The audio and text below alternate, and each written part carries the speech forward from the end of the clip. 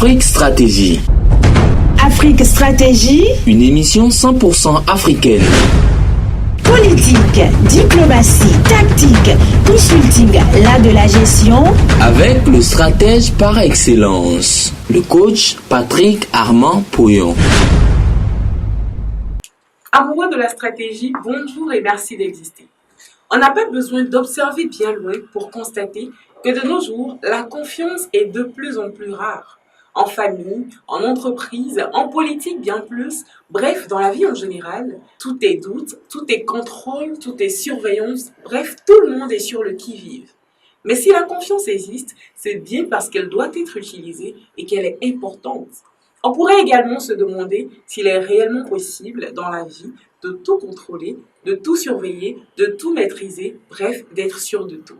Vous l'aurez compris, ce matin, nous parlons de confiance. Pour nous en parler, nous recevons un homme qui ne vit que par la confiance, le professeur et coach Patrick Armand Pouillon.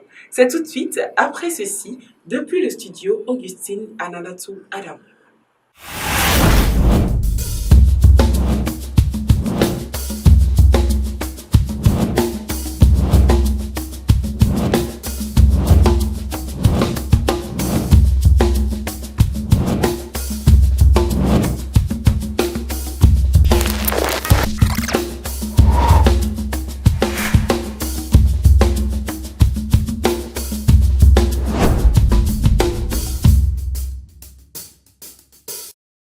Professeur Pouillon, bonjour. Bonjour. Aujourd'hui, c'est le jour de Razumé comme du Bénin. Quel est le degré du coach Pouillon? Un homme exceptionnel qui est dans une association exceptionnelle qui mérite tout notre respect.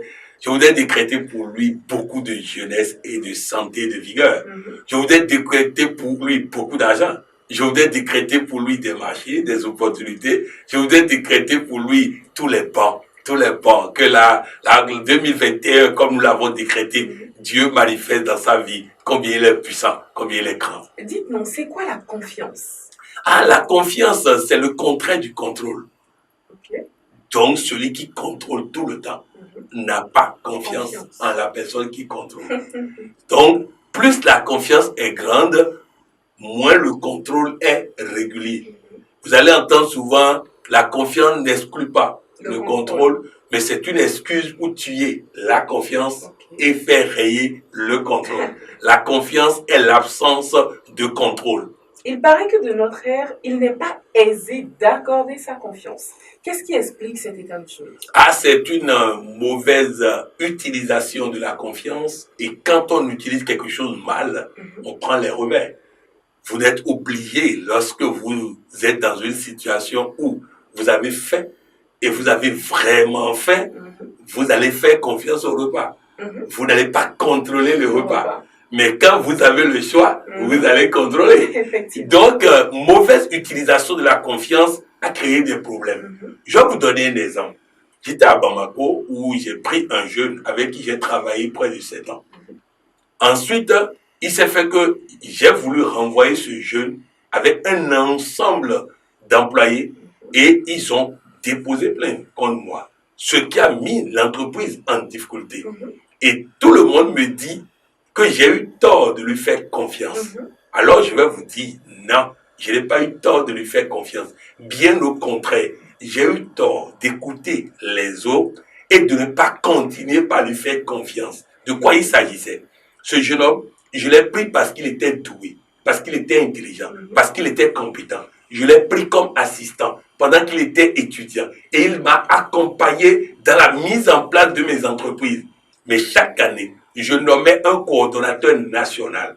Mais chaque fois que je veux le nommer, tout le monde me dit son français n'est pas bon. Il ne peut pas être coordonnateur national. Et je le brime en mettant quelqu'un qui est venu après, qui n'est pas aussi compétent que lui, qui ne m'a pas donné autant que lui, qui n'a pas fait preuve d'autant de sacrifices que lui. Je mets quelqu'un d'autre. Chaque année, je mets quelqu'un d'autre pendant 7 ans. Il a donc accumulé des frustrations. Maintenant, je vais recruter un frère soi-disant en Christ.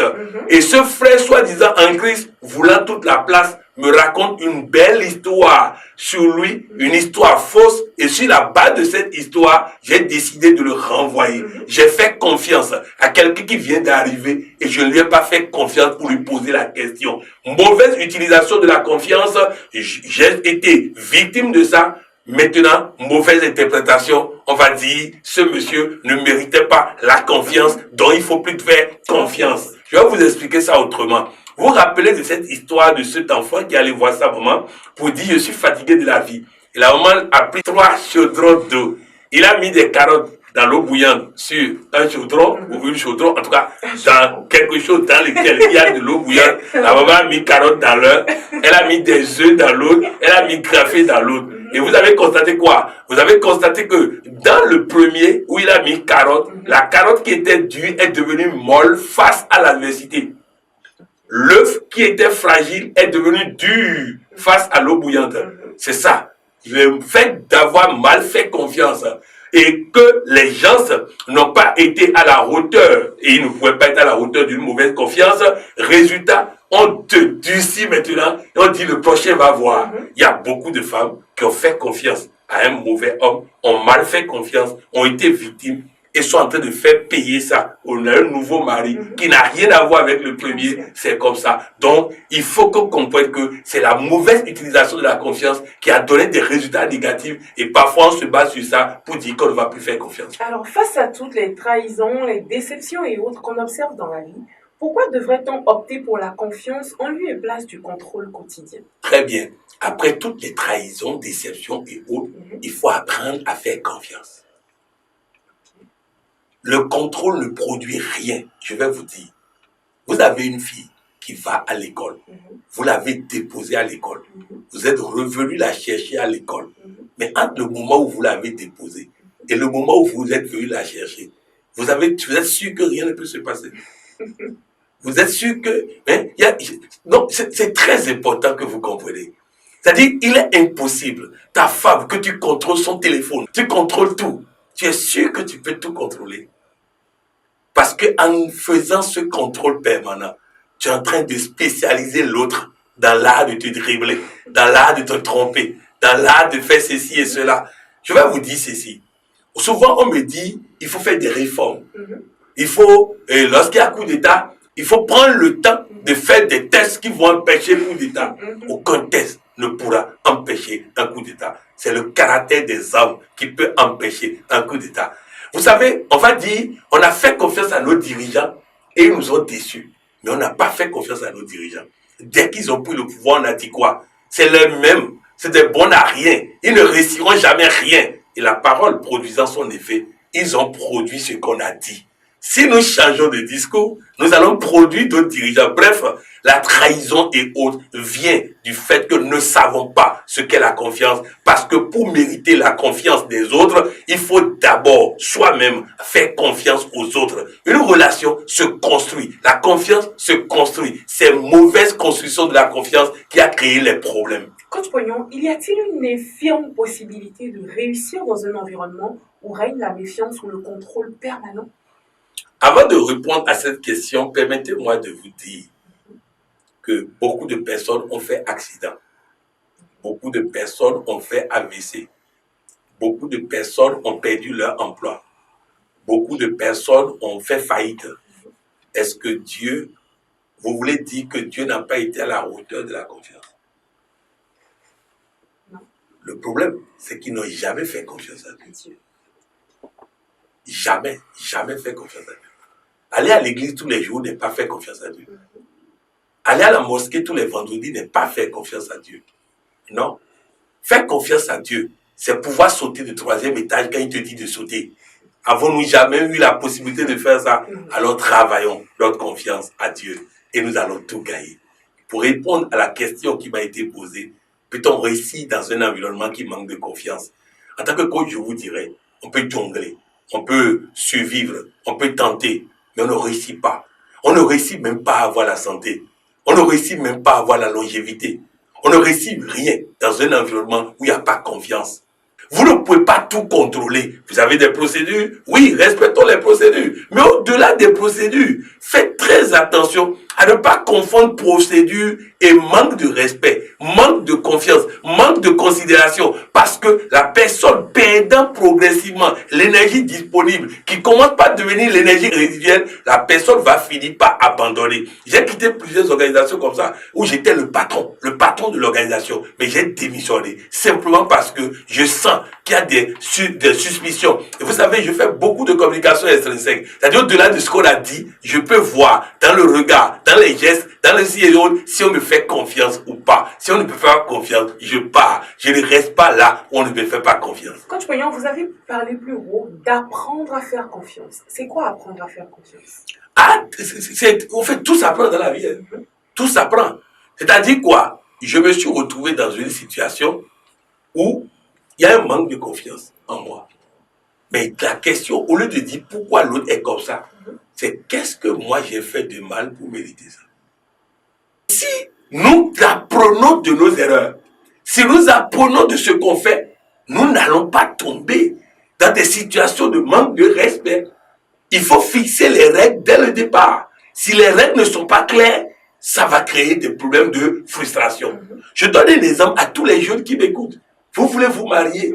Est-ce que vous avez pris le temps d'évaluer la nature de la relation que vous avez avec votre copain, votre copine? Parce que si vous êtes pressé parce que papa a dit de se marier et vous courez alors que vous avez les signes avant-coureurs du fait que c'est pas bon, il y a problème. Donc c'est pour dire, apprenez de vos erreurs. Si moi je me reste ici maintenant à vous dire voici, non, je parlerai de mon expérience. Mais à vous d'analyser votre expérience. J'ai accepté un boulot, il y a eu manque de confiance. J'en tiendrai compte pour choisir et accepter le prochain boulot. Vous voyez un peu? Donc ce n'est pas je ne ferai plus confiance. Non, vous devez faire confiance à vos enfants. Vous devez faire confiance à votre conjoint. Vous devez faire confiance à Dieu. Vous devez faire confiance. Parce que si vous ne faites pas confiance, vous n'aurez rien. Maintenant, c'est vrai qu'il y a des procédures à mettre en place pour que malgré la confiance, les tentations n'amènent pas quelqu'un à faire des erreurs et autres. Il y a des choses à faire. Nous avons vu par exemple que le fait d'envoyer un message régulièrement à son épouse pour lui dire combien vous l'aimez, pour lui dire combien elle est belle, la met tellement à l'aise qu'elle n'a pas le temps d'écouter les avances de quelqu'un. Vous voyez un peu? Donc il y a des choses, mais c'est pour dire que principalement, nous devons apprendre à faire confiance parce que sans la confiance, on ne réussit rien. En dehors de faire confiance, il faut aussi mériter la confiance des autres. C'est bien ça que tu connais? Mais il faut d'abord mériter. Avant de faire confiance. Oui, parce que si je ne sais pas mériter la confiance, je ne pourrai pas faire confiance. On dit celui qui coupe les gens avec couteau n'aime pas que l'âme s'approche de lui. Si vous voyez un homme très jaloux, mais ça suppose que il tire beaucoup dehors. Vous savez, donc, souvent, vous allez voir que c'est les enfants les plus récalcitrants dans le passé qui étouffent les enfants maintenant à leur tour. Ensuite, vous allez voir que les parents les plus sévères, les plus durs, sont ceux qui sont finalement déçus dans l'éducation de leurs enfants. Donc, voilà en réalité. Donc, nous devons véritablement nous-mêmes mériter la confiance des autres parce que celui qui me fait confiance, les amis, je vais vous dire, c'est vrai qu'aujourd'hui, le coaching que je fais m'amène à prendre des dispositions pour c'est-à-dire tenir compte d'un certain nombre de réalités. Mais avant, ma parole était plus importante pour moi que ma signature. Ma parole, quand je dis à quelqu'un quelque chose et il me fait confiance, ça vaut plus que la signature pour moi. Ça a toujours été comme ça dans ma vie. Mais aujourd'hui, les gens veulent des signatures, je signe des papiers, mais je fais en sorte que cette signature soit à la hauteur de la parole que j'ai donnée. Je vais vous donner un exemple. Vous voulez sortir de la maison et votre enfant dit, « Papa, je souhaite que tu m'amènes du yaourt. » Et tu dis, « D'accord, mon fils. » Il dit, « Merci, papa. » Toute la journée, tu as une pression pour ne pas oublier parce que l'enfant t'a fait confiance. Mais que tu dois mériter ça. C'est-à-dire une pression. On fait tout pour ne pas oublier. Mais imaginez qu'elle dit, papa, tu as dit ça, on va voir. Vous voyez, ça ne motive pas le papa. C'est la même chose dans tous les domaines de la vie. Et je voudrais oublier tous les trucs intellectuels. Votre enfant a marché parce que quand il s'est levé, il est tombé. Vous lui avez fait confiance. Votre regard était un regard de confiance. Il a fini par marcher. Lorsque votre enfant voulait manger, vous lui avez fait confiance. Il a fini par manger. Lorsque votre enfant voulait parler, il a dit des bêtises, mais vous lui avez fait confiance et il a fini par parler. De la même manière, on va me dire, en politique, est-ce que Coach n'est pas bête de penser qu'en politique, on va faire confiance? Le problème, c'est que si je vais en alliance avec quelqu'un qui ne gagne rien dans une alliance avec moi, il va me trahir à la première occasion. Mais si je suis avec lui et qu'ensemble, la victoire de nous deux est ensemble, nous perdons ensemble, nous gagnons ensemble, je serai obligé de lui faire confiance parce que c'est de son intérêt de mériter la confiance que j'ai placée en lui. Je vais encore aller plus loin.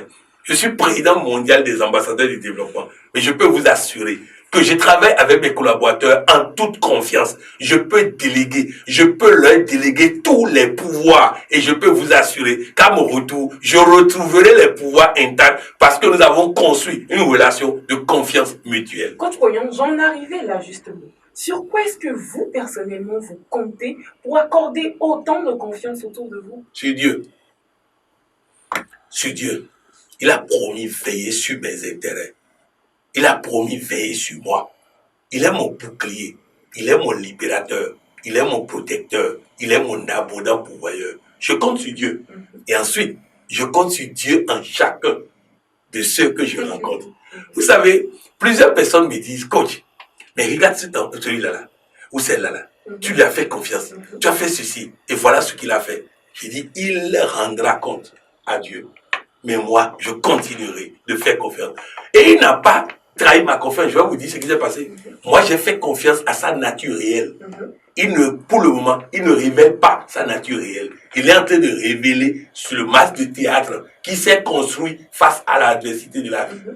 Alors, moi, je n'ai pas eu tort de lui faire confiance. Un jour viendra où il finira par déposer ce masque et devenir qui il est. Et ce jour-là, il regrettera ce qu'il a fait et je serai toujours là pour l'accueillir parce que j'ai besoin encore de lui. Je vais vous dire ceci. J'ai un collaborateur qui m'a dit que même si Dieu lui donne de l'argent, il va compter. Vous imaginez qu'il va vérifier si ça fait le compte. Quelqu'un te donne de l'argent cadeau et tu veux vérifier. Donc c'est sérieux, les amis. Apprenons à faire confiance. Vous rentrez dans un taxi, vous ne contrôlez pas le permis du chauffeur. Vous faites confiance à un inconnu pour vous conduire. Le plus grave, vous rentrez dans un avion et vous faites confiance à un pilote que vous ne connaissez pas. Vous ne savez même pas si c'est un fou que l'avion volant. Vous ne savez pas et vous faites confiance. Vous faites confiance à un fou. Vous faites confiance à un chauffeur de taxi. Vous faites confiance à un médecin parce qu'il vous endort. Et pendant que vous êtes endormi, il fait de vous ce qu'il veut. Et vous faites confiance. Et vous refusez de faire confiance à Dieu. Et vous refusez de faire confiance à vos enfants. Vous refusez de faire confiance à votre conjoint. Dieu dit, vos lamentations ne changeront rien dans votre situation. Ce qui changera, c'est la confiance que vous placez en Dieu et de plus en plus en vous-même. Coach Poyon, si j'ai bien compris une partie de votre réponse, s'il arrivait que ma confiance soit abusée par une personne, je dois encore la renouveler? Ah oui, je dois la renouveler maintenant en apprenant à faire confiance. Okay. Je vous donne un exemple très simple. Il y a un pasteur d'une église. Un jour, il apprend qu'un des collaborateurs de l'église a fait un accident mortel. Dans cette église, on ne prend pas de l'argent n'importe comment. Le pasteur supérieur prend 3 mois de son salaire pour aller soigner ce pasteur qui a fait l'accident. Il finit de le soigner, il l'amène chez lui à la maison. Et le pasteur fait 1 mois chez lui dans sa convalescence pour récupérer. Après les 1 mois maintenant, le pasteur repart chez lui. Et sa femme, la femme du pasteur principal veut balayer et trouve le brouillon d'une lettre. Et la lettre est adressée au vice-président de l'église qui, lui, est en Europe. Et dans la lettre, il disait ceci. J'avais déjà fait campagne pour que tu prennes la place du pasteur principal. J'étais en train d'aller terminer la campagne quand j'ai fait l'accident. Je suis en train de terminer ma convalescence. Je vais poursuivre le travail. Au prochain congrès, tu seras président. Il est en train de faire campagne pour celui qui va être président à la place du pasteur qui a pris son salaire pour le soigner. À la place du pasteur qui l'a hébergé dans son foyer pour sa convalescence. Et il continue de dire qu'il va continuer le travail. Alors le pasteur prend la lettre, lui envoie la lettre et lui dit, j'ai vu ce brouillon ici. Je crois que ça t'appartient parce qu'en lisant, j'ai compris que c'est toi qui as écrit. Je te l'envoie. Il n'a pas fait un autre commentaire. Pas un autre commentaire. Ils sont arrivés maintenant au congrès de l'église. C'est ce pasteur-là qui a fait campagne en pleine salle, partout, qui a témoigné publiquement pour la réélection du pasteur principal. Et il est aujourd'hui le plus proche collaborateur du pasteur principal. Il connaît le goût amer de la trahison. Il ne trahira plus. Il vaut mieux encore celui-là qu'un nouveau qui viendra apprendre à trahir. Il vaut mieux quelqu'un qui a compris le goût amer de la trahison et qui regrette que quelqu'un qui n'a jamais trahi et qui va maintenant apprendre à trahir. Coach Pognon, une exhortation de plus pour ceux qui nous suivent. Je voudrais dire à tous nos aînés politiciens, tout au long de cette émission, nous avons parlé comme si nous ne faisons que du développement personnel. Nous avons parlé comme si nous ne parlons pas de stratégie. Nous avons parlé comme si nous sommes en train de parler à des néophytes. Comme si nous ne connaissons pas les coups durs qu'il y a dans le monde politique. Et je vais vous dire ceci. Il n'y a jamais de trahison. Jamais, à grand jamais de trahison. Lorsque les règles du leadership sont mises en place dans la construction des relations avec les autres. Si les gens vous trahissent, c'est parce que pendant que vous étiez aux commandes, ils étaient avec vous, mais ils n'avaient pas le sentiment d'être considérés. Alors c'est normal que lorsqu'ils ont la possibilité de vous abandonner, ils vous abandonnent. Donnez de l'attention et de la considération aux gens. Et lorsque vous n'êtes plus en position de force, ils sauront se souvenir de vous. Ce que je bâtis aujourd'hui, c'est ça. Il y a des milliers de personnes dans le monde avec qui j'ai une relation de confiance. Quand j'ai besoin d'eux, ils répondent. Quand ils ont besoin de moi, je réponds. Quelle que soit l'heure, quand ils ont besoin de moi, je réponds. Quand j'ai besoin d'eux, ils répondent. J'ai construit cette relation de confiance. Et ça fait que je n'ai pas de doute que je peux dormir tranquille et qu'ils veilleront sur moi comme je veillerai sur eux. Construisez des relations utiles et même en politique, vous allez devenir immortel parce que c'est vos collaborateurs qui sauront chanter après votre histoire et qui vont faire comme Platon l'a fait pour Socrate, que personne ne vous oublie. Il n'y a rien qui puisse se construire sans la confiance, mais il ne s'agit pas de donner confiance, il s'agit d'apprendre à faire confiance. Parlons actualité politique, Coach Pognon. Quelque chose que l'on attendait pour la plupart s'est enfin produit. Deux grands hommes du Bénin se sont entretenus. L'actuel président du Bénin, Patrice Talon, et l'ex-président Boni Yayi. Quel est le commentaire du stratège que vous êtes à ce sujet? Je voudrais dire à tout le monde simplement que tout est possible à celui qui croit que c'est possible. Nous rendons grâce à Dieu pour cette rencontre et nous décrétons que les jours à venir feront en sorte que les choses s'améliorent davantage et que tous les Béninois se retrouvent tous ensemble pour la construction du pays. Il se passe de très bonnes choses au Bénin, mais ce serait encore meilleur si tout le monde peut venir boucher les trous de la jarre trouée. Oui, ensemble, nous allons y arriver. J'avais la chair de poule quand je suivais les images et je dis, Dieu est bon, il est très bon. Coach Pognon, votre mot de fin. Ah, que je vous aime. Que je vous aime et que vivement, je décrète qu'au lieu d'attendre seulement que ce soit Patrice Talon et Yayi Boni qui se rencontrent, que chacun de nous aille rencontrer aussi la personne que nous avons juré de ne jamais pardonner. Alors, embrassons-nous, faisons la paix. Faisons la paix pour que Dieu soit content. Quand Dieu est content, il nous bénit. Et Dieu va bénir chacun de nous, aujourd'hui et pour toujours. Merci, coach. Merci. Afrique Stratégie. Afrique Stratégie. Une émission 100% africaine. Politique, diplomatie, tactique, consulting, l'art de la gestion. Avec le stratège par excellence, le coach Patrick Armand Pouillon.